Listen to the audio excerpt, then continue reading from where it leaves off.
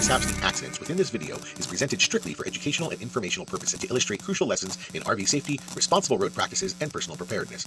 Coming at you fast like a freight train ride. Another crazy, stupid RV design. Smoking sparks, no fear, no mild. Buckle up, it's RVs Gone Wild.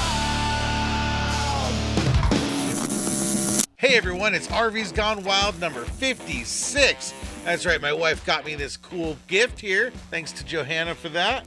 And we're here with number 56 to talk about all the crazy RVs we got in this one. We got a lot of crashes. At the end, we've got a step van custom RV tour. It goes through all of it. It's really nicely well done. And of course, don't forget to subscribe. I hope today's episode earns your subscription. Let's just get on with the first one.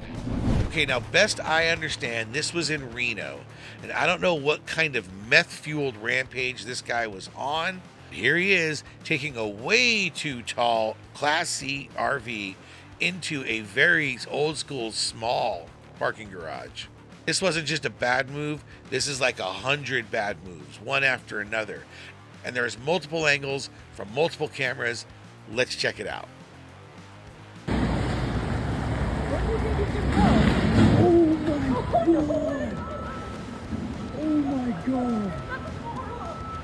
Oh my god.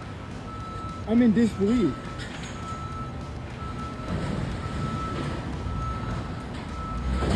Oh my god.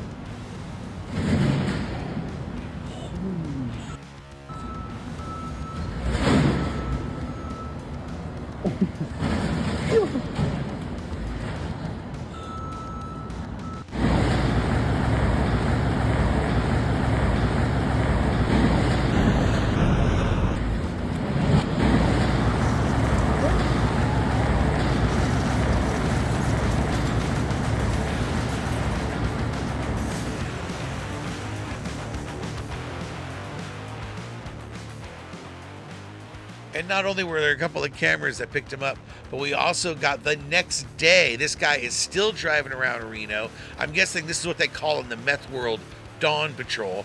I don't think this guy's had any sleep. And let's face it, when you're on meth and you're doing a dawn patrol, who needs a sleeper anyway? That bed, it's useless. This guy's not going to sleep. Careful out there, everybody. All right, now where do you stand on this issue? A lot of people know that you can just take the old hack, taking a 5 amp fuse and shoving it into your 7-pin, and it bridges the power and it bridges your taillights, and your taillights are on. Of course, you're drawn from your battery, so you better have the battery power or be hooked up to shore power or something. But a lot of people do this. A lot of people just hate it. I saw somebody posting this hack, and of course, all it was comments filled with everyone telling you that you shouldn't do it. It's not safe. They make switches for this. Why are you doing this? People don't want to see this in their campsites. Blah, blah, blah, blah, blah. Where do you sit on this issue? Comment below. Okay, folks, you all know I own an Ember. Despite its faults, it has so many awesome qualities. I love my trailers so much. And these trailers are really strong. But I've recently learned that they're even stronger than I thought. Take a look at this. Now, no, this is not my trailer. Thankfully for me, it's not my trailer. This was another gentleman's trailer.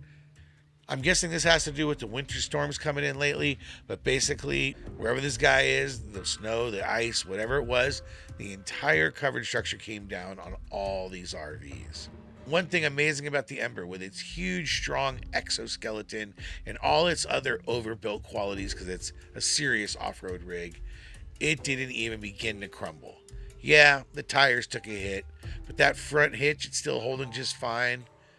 I saw just a tiny little bit of warping in the stickers, so, you know, it's handling a little weight. But look at that thing. It would have crushed if that was a stick-and tin trailer. But it's pretty much holding up that roof right there. Now, again, a lot of people got hit with this one. He wasn't the only one. It just goes to show, you try to protect your RV by putting it into an undercover area, and look what happens. Sometimes you just can't win.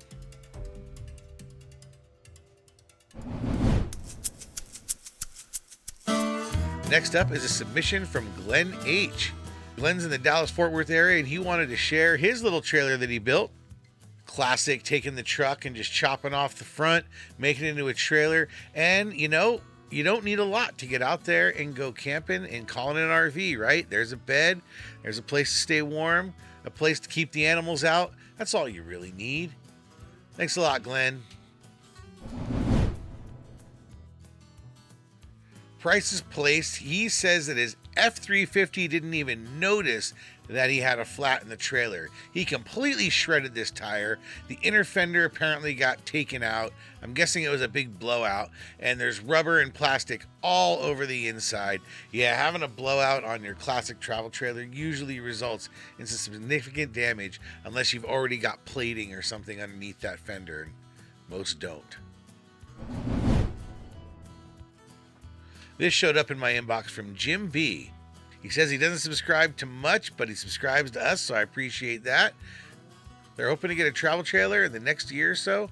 I'll tell you, I continue to say 2026 is the time to go get a trailer. In fact, I just did a video on my other channel on RVing with Joe talking about why all the reasons that 2026 is a great time to get your first RV trailer if you haven't got one already. So check out that video. I'll put a link right here and a link in the description. Thanks for sending this our way, Jim. And this one came in from David H., and it is a good one. He writes, "Good morning, Joe and Johanna. Hope the new year is treating you well. Saw this motorhome on Marketplace and wanted to share it. It's a 1989 Vixen 21 in excellent condition.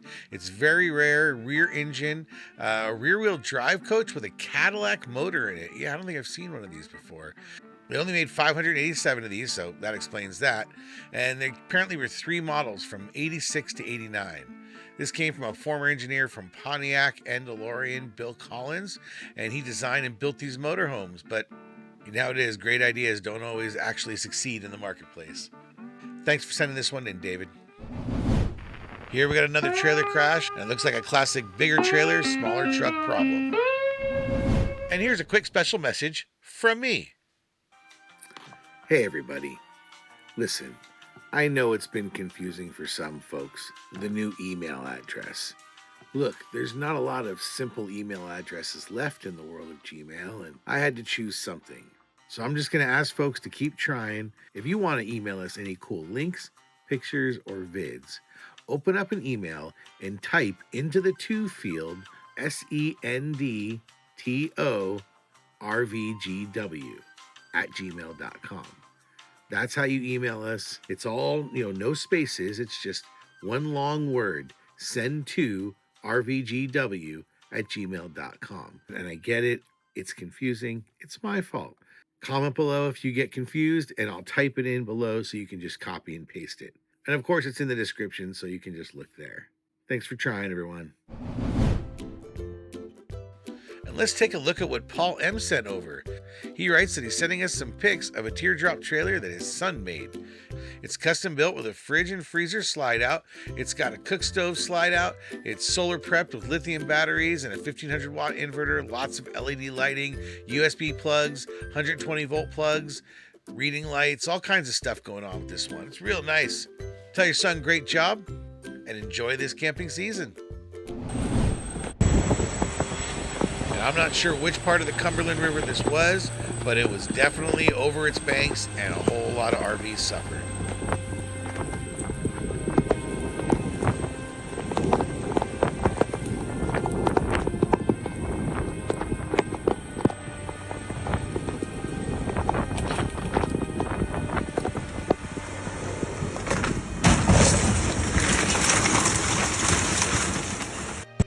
I'm guessing this is over in England, someplace across the pond. Another river overfilling its banks. And you notice they always put RV parks right next to the rivers where it floods. This is insane. All the caravans are underwater. That's our friend's caravan. The road's closed over there. The cabins, there's people, there's stuff floating. Oh, that's a picnic basket. Oh, God. All the debris going down the river. The road will be closed soon. Did you just see the photos I sent? Call me old school, but I think there's nothing in the world wrong with going out into a big open parking lot on a nice icy day and just getting a little squirrely with your ride, even if it's a motorhome.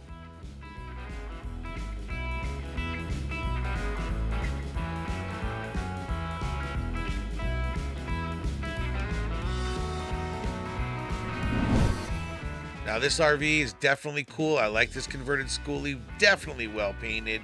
It's got that tattoo sign on the outside, and I don't know if I'm ready to go in there and have them start sticking needles in me, but I definitely like the RV. I'm guessing this is down in Quartzsite or Arizona. Looks like we got some Midwest either tornado or wind damage here. So apparently on this lot there was a few RVs that got knocked over. Because if you're going to upright your RV with a piece of equipment like this, expect it to get uprighted in a rough fashion. It looks like there was more damage done uprighting it than there was in the original fall.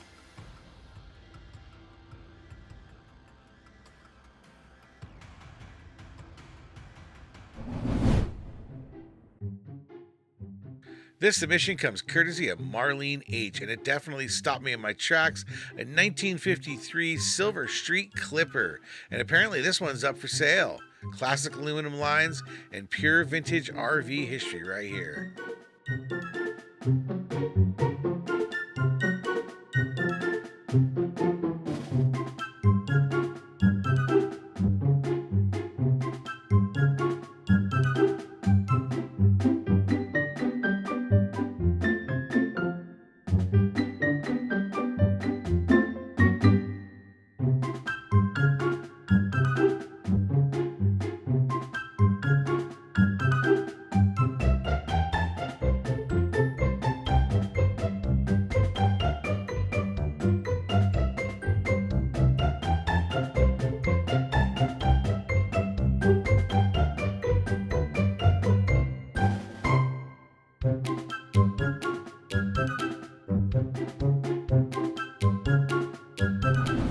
And seeing a beautiful classic aluminum Airstream like this get creamed, that's just a heartbreak.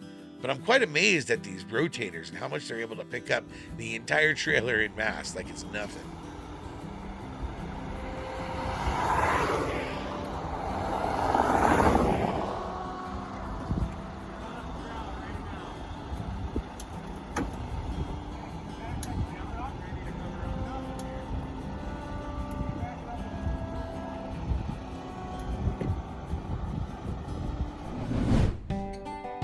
Somebody spotted this little GMC combo in southeast Iowa.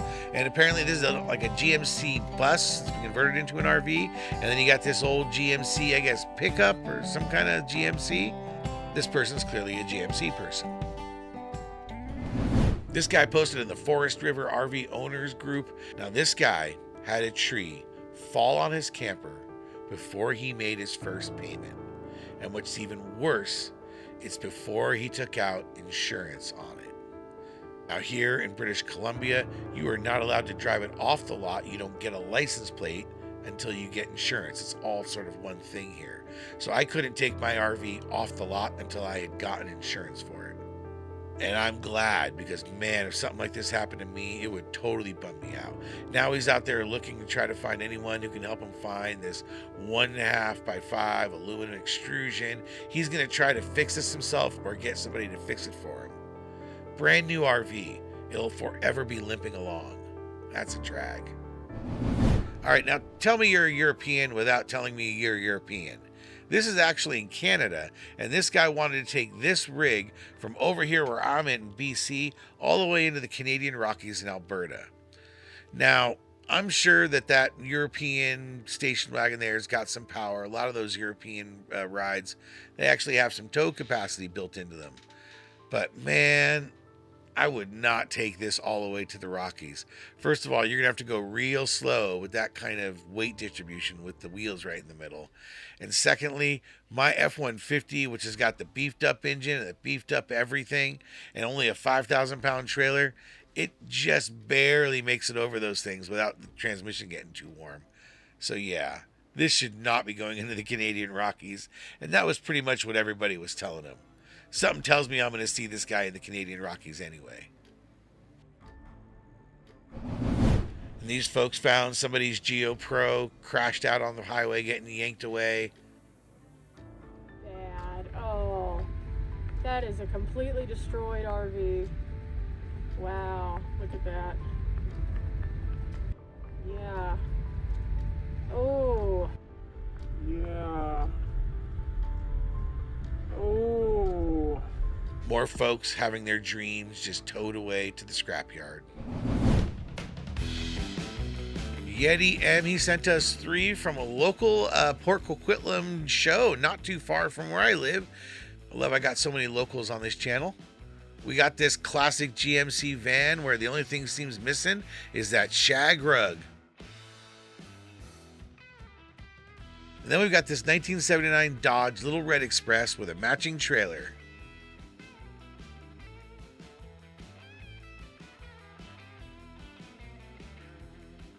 And then we got this cool panel van, built out all fancy style.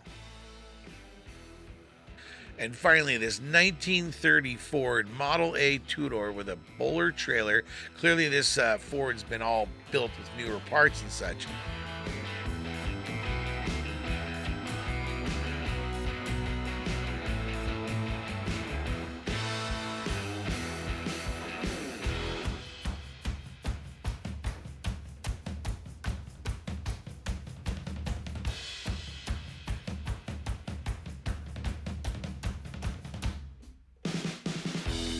When I look at the part list, it looks like it has almost all Ford parts in it. And that's why this one's getting the RVing with Joe Gold Star Tip of the Hat Award for being the coolest Ford in this episode. And this poor bloke across the pond, he was just fessing up and explaining to us all the damage he did to his motorhome. It only takes one stupid move, one lapse of paying attention. Keep your head in a swivel, everybody. The monumentally stupid thing I did. I come off the ramps. Let me show you. I have royally f***ed up my van. State of that. Came off the ramps, hit that. This whole panel is cracked. That's come off. I can probably put all this back on today. But yeah, I'm gonna have to get all of this replaced. I'll clean this down today. So this section here was hit, moved forward, severed the wiring to the side. And this comes to us from this year's King of the Hammer. This guy's got himself a beefed up Class C, a Super C. I'd say it's a Super Duper C. But can it make this hill? There's all people in the back. Oh my gosh.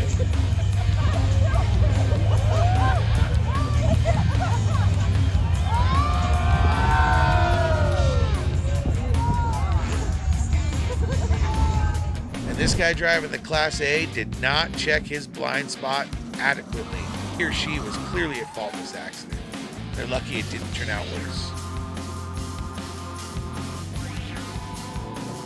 Have you heard about the turducken? Turducken. I think that's funny. We make the turducken? Turkey with a duck, and then you stuff the duck with a chicken. Tur for turkey, duck for duckin', and in for chicken. That's turducken. RV turducken, crazy stacked and tall. Tread on a trailer, yeah, we dared it all. Might be nuts, might be genius, might be both tonight. Build out a why not and a torchlight.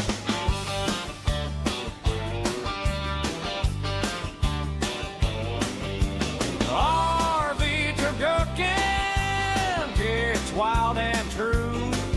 If it makes you stop and stare, then it'll do. Might be nuts, might be genius, might be both tonight. Build out a why not and a torchlight.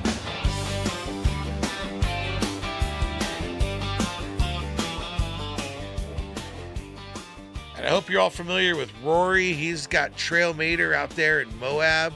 He's a YouTube legend. He's an off-road legend. The guy's just legend. Well, he was heading out to King of the Hammers himself, and he put together his own crawler hauler.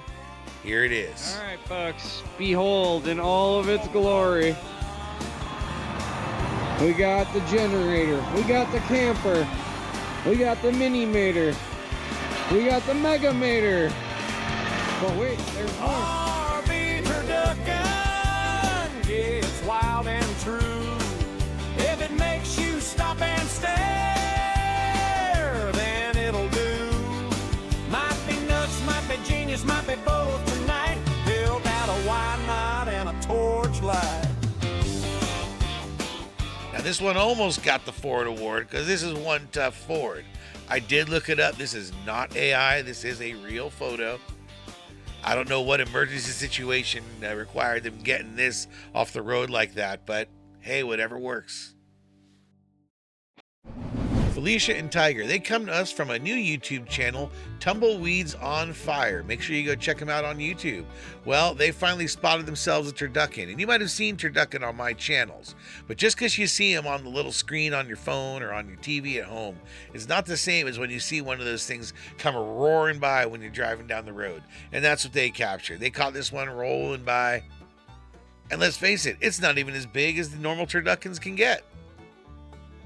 So thanks for sending us the video, Felicia and Tiger. And again, make sure to go check out Tumbleweeds on Fire. And I may have shown this before, but I don't care. It's just real nice. When your Toad is a Ford that big, you know you've got a hefty ride. And I gotta believe that motorcycle's got some blue markings in there because that whole thing seems color matched. Somebody sent me this can label, and at first I thought, wait a minute, you can get like turducken soup, and then I realized this is dog food, so maybe stay away from this turducken. Tom K sent this one in, and there's a lot going on here. The only thing he wrote in his email is, "This is nuts." And of course, rather than damage their own vehicle, they went and rented a U-Haul. They'll never know, and I bet this transmission completely overheated on this. What the hell?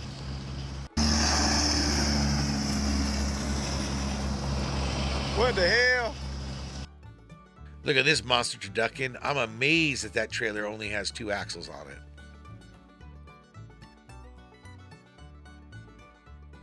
And here's a couple of others.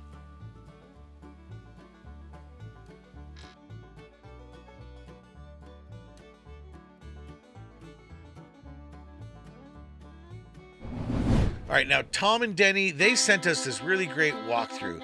You know, a lot of people out there are making their own RVs. We get a lot of pictures of the outsides, but I like seeing how this guy took this step van, him and his wife built it out. They built it out. It's their own kind of funky. I like funky.